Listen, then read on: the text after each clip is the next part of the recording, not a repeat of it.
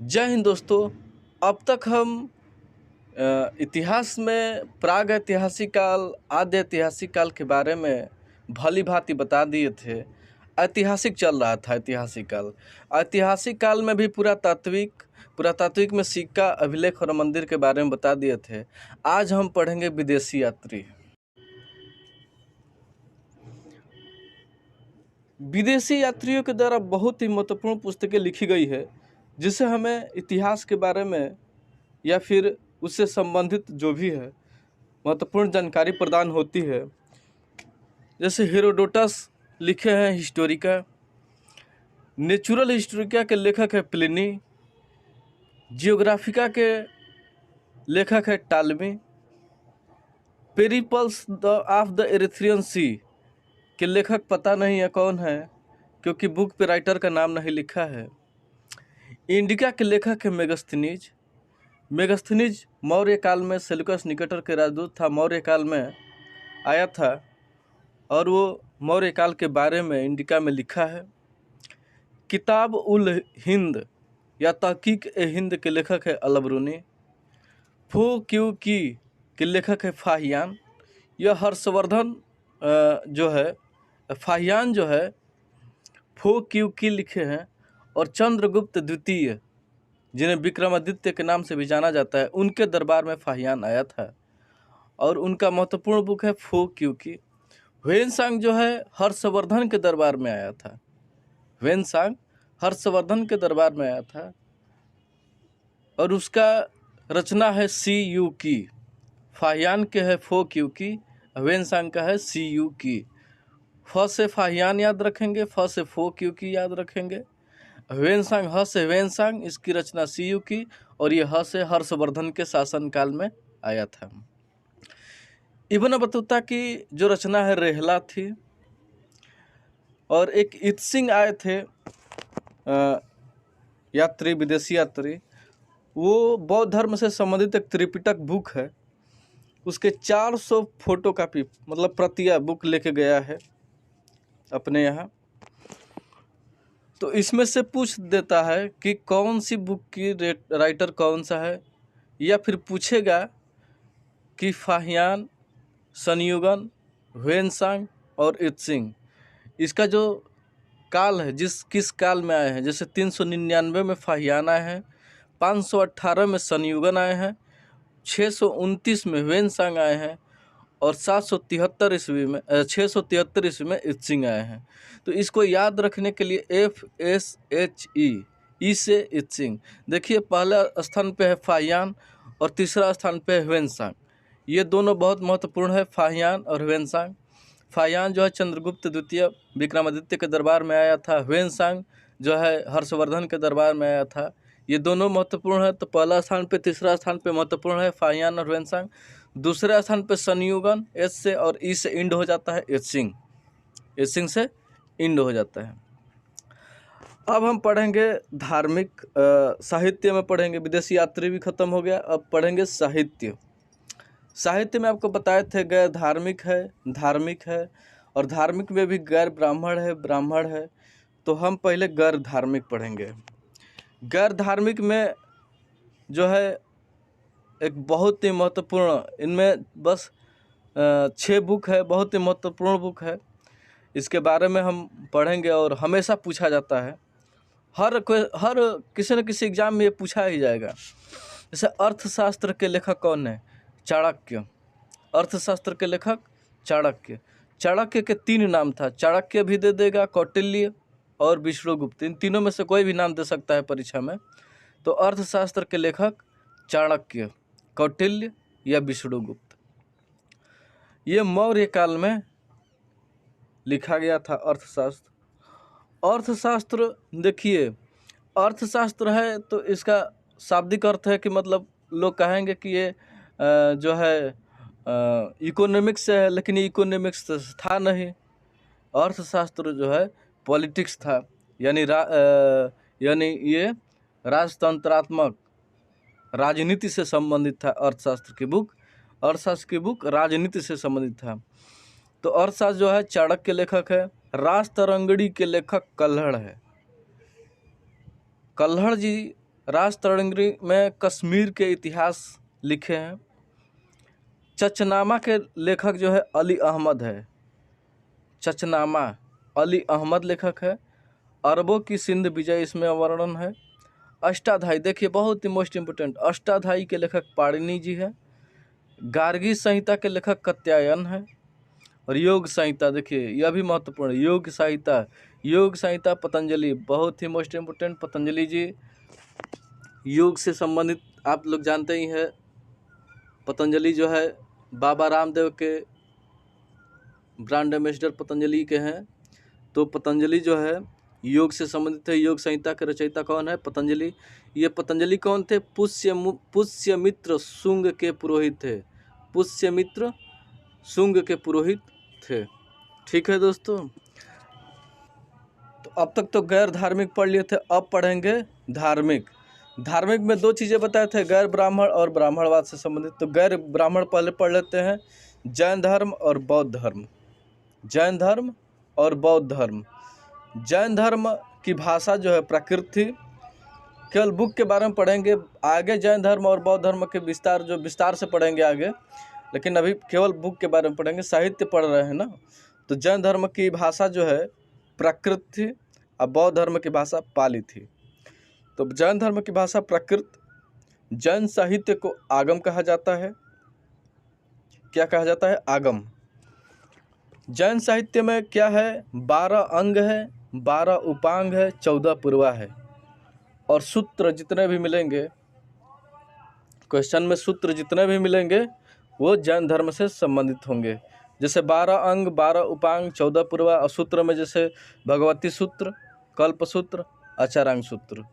भगवती सूत्र में महावीर के जीवन परिचय है। कल्प सूत्र में प्राचीन इतिहास है, प्रारंभिक इतिहास किसका? महावीर जी का। कल्प सूत्र में महावीर जी का जो जैन धर्म के संस्थापक थे, 24 तीर्थंकर थे, उनके प्रारंभिक इतिहास था कल्प सूत्र में। और आचारांग सूत्र है एक। तो जितने भी सूत्र है वो जैन धर्म से संबंधित है। पूछ देता है क्वेश्चन में कि भगवती सूत्र किस धर्म से संबंधित है, तो जैन धर्म से संबंधित है। तो 12 अंग, 12 उपांग, 14 पूर्वा और सूत्र, भगवती सूत्र, कल्प सूत्र, आचारांग सूत्र, ये सब चीज़ें जो है जैन धर्म से संबंधित है। बौद्ध धर्म पढ़ेंगे। बौद्ध धर्म की भाषा पाली है। और बौद्ध धर्म का 2 महत्वपूर्ण साहित्य है, हीनयान, महायान। हीनयान और महायान। एक बौद्ध धर्म में त्रिपिटक है। त्रिपिटक में 3 पिटक है, विनय पिटक, सुत्त पिटक, अभिधम पिटक। इसको याद रखेंगे, वी से विनय पिटक। देखिए वी जो है गेट के समान वी है, तो यानी सबसे पहले विनय, प्रवेश की चर्चा है, गेट में प्रवेश की चर्चा है। मतलब कि आपको ट्रिक के लिए बता रहे हैं। वी से विनय, विनय से यानी विनती से प्रवेश की चर्चा है। किसमें? बौद्ध धर्म में। बौद्ध धर्म में प्रवेश की चर्चा है। सुत्त पिटक जो है सबसे बड़ा है। सुत्त पिटक बौद्ध धर्म का इनसाइक्लोपीडिया कहा जाता है। सुत्त पिटक को बौद्ध धर्म का इनसाइक्लोपीडिया कहा जाता है और सबसे बड़ा है सुत्त पिटक। अभिधम पिटक में क्या है? उपदेश है। बौद्ध धर्म में जितने भी उपदेश दिया गया है अभिधम पिटक में है। ललित विस्तार, बौद्ध धर्म में एक पुस्तक है ललित विस्तार। ललित विस्तार में क्या है? बुद्ध का जीवन परिचय है। ललित विस्तार में बुद्ध जी का जीवन परिचय है। एक जातक है, जातक में पुनर्जन्म की कहानी है, 200 पुनर्जन्म की कहानी, बुद्ध की पुनर्जन्म की कहानी है। अंगुत्तर निकाय एक बुक है, उसमें 16 महाजनपद की व्याख्या है। अंगुत्तर निकाय में 16 महाजनपद की व्याख्या है। अब पढ़ेंगे ब्राह्मणवाद से संबंधित। ये था गैर ब्राह्मण जैन धर्म और बौद्ध धर्म। अब पढ़ेंगे ब्राह्मणवाद से संबंधित वेद। क्या पढ़ेंगे? वेद। वेद कितने हैं? 4 है। कौन कौन? ऋग्वेद, सामवेद, यजुर्वेद, अथर्ववेद। कौन कौन? ऋग्वेद, सामवेद, यजुर्वेद, अथर्ववेद। वेद कितने हैं? 4 है। सबसे पुराना वेद कौन सा है? ऋग्वेद। सबसे पुराना वेद ऋग्वेद। और सबसे नया वेद यानी बाद का वेद अथर्ववेद। तो ऋग्वेद जो है सबसे पुराना है। और अथर्ववेद को छोड़ करके इन तीनों को, ऋग्वेद को, सामवेद को, यजुर्वेद को वेद त्रयी कहा जाता है। क्या कहा जाता है? वेद त्रयी। क्वेश्चन में पूछता है त्रयी किससे संबंधित है, तो वेद से संबंधित है। वेद त्रयी कौन कौन से है? वेद त्रयी में ऋग्वेद, सामवेद, यजुर्वेद। सबसे बाद का वेद अथर्ववेद। ऋग्वेद के ज्ञानी को क्या कहा जाता है? होत्री। क्या कहा जाता है? होत्री। सामवेद के ज्ञानी को उद्गाता, यजुर्वेद के अधर्वु, अथर्ववेद के ब्रह्मा। ये याद रखिएगा, ये पूछता है क्वेश्चन। ऋग्वेद के ज्ञानी को होत्री, यानी जो पढ़ते हैं, पढ़ाते हैं ऋग्वेद, तो ऋग्वेद के ज्ञानी को होत्री। सामवेद उद्गाता। उद्गाता कैसे याद रखेंगे? क्योंकि इसमें गाता, गाना है। क्या है? सामवेद संगीत से संबंधित है, तो उद्गाता, इसको गाता है, कोई ना कोई गाता है तो इसको उद्गाता कहते हैं। क्या कहते हैं? उद्गाता। यजुर्वेद को अधर्वु। क्या कहते हैं? अधर्वु। अथर्ववेद को ब्रह्मा। ऋग्वेद के उपवेद आयुर्वेद, सामवेद के उपवेद गंधर्ववेद, यजुर्वेद के उपवेद धनुर्वेद, अथर्ववेद के शिल्पवेद। विश्वकर्मा जी लिखे हैं, ये सब याद कर लीजिएगा। वेदों को भली भांति समझने के लिए ब्राह्मण ग्रंथ की रचना की गई है। अब चारों वेदों को अलग अलग पढ़ लेंगे। ऋग्वेद अलग पढ़ेंगे, सामवेद, यजुर्वेद, अथर्ववेद अलग पढ़ेंगे। ऋग्वेद जो है सबसे पुराना वेद है, इसमें मंत्र है, ऋचा है, 10 मंडल है, 1028 सूक्त है, 10,580 ऋचाएँ हैं। सबसे प्राचीन वेद है और सबसे बड़ा वेद है ऋग्वेद। सबसे पुराना वेद ऋग्वेद, सबसे बड़ा वेद ऋग्वेद। ऋग्वेद के तीसरा मंडल में सबसे मोस्ट इम्पोर्टेंट, ऋग्वेद के तीसरा मंडल में गायत्री मंत्र की चर्चा की गई है, जो सूर्य देवता या सावित्री जी को समर्पित है। तीसरा देखिए, गायत्री, त्रि से तीसरा, त्रि से तीसरा, तो गायत्री मंत्र किस में है? तीसरा मंडल में। गायत्री मंत्र तीसरा मंडल में किस देवता का है? सूर्य देवता के लिए है, सावित्री देवी के लिए है। ऋग्वेद में वर्ण व्यवस्था की व्याख्या किया गया है। वर्ण व्यवस्था जानते हैं ना? वर्ण व्यवस्था में 4 वर्ण है, ब्राह्मण, क्षत्रिय, वैश्य, शूद्र। ये ऋग्वेद में चर्चा किया गया है। 9वां मंडल में सोम देवता का उल्लेख किया गया है। ऋग्वेद के 9वां मंडल में सोम देवता का उल्लेख किया गया है। 7वां मंडल में 10 राज्य युद्ध का वर्णन किया गया है। 10 राज्य युद्ध, परशुड़ी नदी पर, रावी नदी के तट पर जो युद्ध हुआ था, उस 7वां मंडल में व्याख्या किया गया है। 10वां मंडल में पुरुष सूक्त, 4 वर्ण, ये जो वर्ण व्यवस्था है वो 10वां मंडल के पुरुष सूक्त में वर्णन किया गया। बस ऋग्वेद में तीसरा मंडल, 9वां मंडल, 7वां मंडल और 10वां मंडल, ये 4 मंडल याद करना है। तीसरा मंडल में गायत्री मंत्र, 9वां मंडल में सोम देवता, 7वां मंडल में 10 रागी युद्ध और 10वां मंडल में पुरुष सूक्त। पुरुष सूक्त में है 4 वर्ण। ठीक, ऋग्वेद खत्म। अब पढ़ेंगे सामवेद। सामवेद का बस एक ही चीज़ है, यह भारतीय संगीत का जनक है। गाना से संबंधित है, संगीत से संबंधित है, सांग सिंगिंग सब संबंधित किससे? सामवेद से है। तो भारतीय संगीत का जनक कौन है? सामवेद है। यजुर्वेद, यजुर्वेद में पढ़ेंगे युद्ध और कर्मकांड। यजुर्वेद में युद्ध है, कर्मकांड है। यजुर्वेद का सबसे मोस्ट इम्पोर्टेंट चीज़ है गद्य और पद्य दोनों में मिला है। सामवेद केवल पद्य में मिला है, यजुर्वेद गद्य और पद्य दोनों में मिला है। इसका कृष्ण पक्ष गद्य में कहलाता है, शुक्ल पक्ष पद्य में कहलाता है। इसमें कन्फ्यूजन लोग हो जाता है, कृष्ण जो है गद्य में कैसे है? तो देखिए, क वर्ग में है कृष्ण, गद्य भी क वर्ग में, क ख ग। ऐसे याद रखेंगे। कृष्ण जो पक्ष जो है यजुर्वेद का वो गद्य में है और शुक्ल पक्ष जो है पद्य में है। अब पढ़ेंगे अथर्ववेद। अथर्ववेद में सबसे मोस्ट इम्पोर्टेंट चीज़, सबसे बाद का वेद, सबसे नया वेद कौन सा वेद है? अथर्ववेद। अथर्वा ऋषि द्वारा लिखा गया है।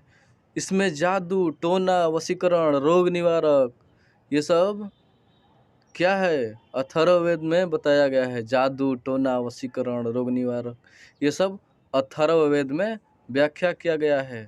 अथर्ववेद में मगध जो राज्य था उसका अंग, राजा परीक्षित, इन सब का व्याख्या किया गया है। तो चारों वेद खत्म, ऋग्वेद खत्म, सामवेद, यजुर्वेद, अथर्ववेद भी खत्म। अब वेदांग पढ़ेंगे। वेदांग 6 है। वेदांग बस आप याद रखिएगा 6 है। पुराण 18 है, जिसमें से मत्स्य पुराण सबसे पुराना पुराण है, सबसे प्राचीन पुराण मत्स्य पुराण है। उपनिषदों की संख्या कितनी है? 108 है। टोटल 108 है उपनिषद। 2 महत्वपूर्ण उपनिषद है, मुंडकोपनिषद और जाबालोनोपनिषद। सत्यमेव जयते कहाँ से लिया गया है? मुंडकोपनिषद से।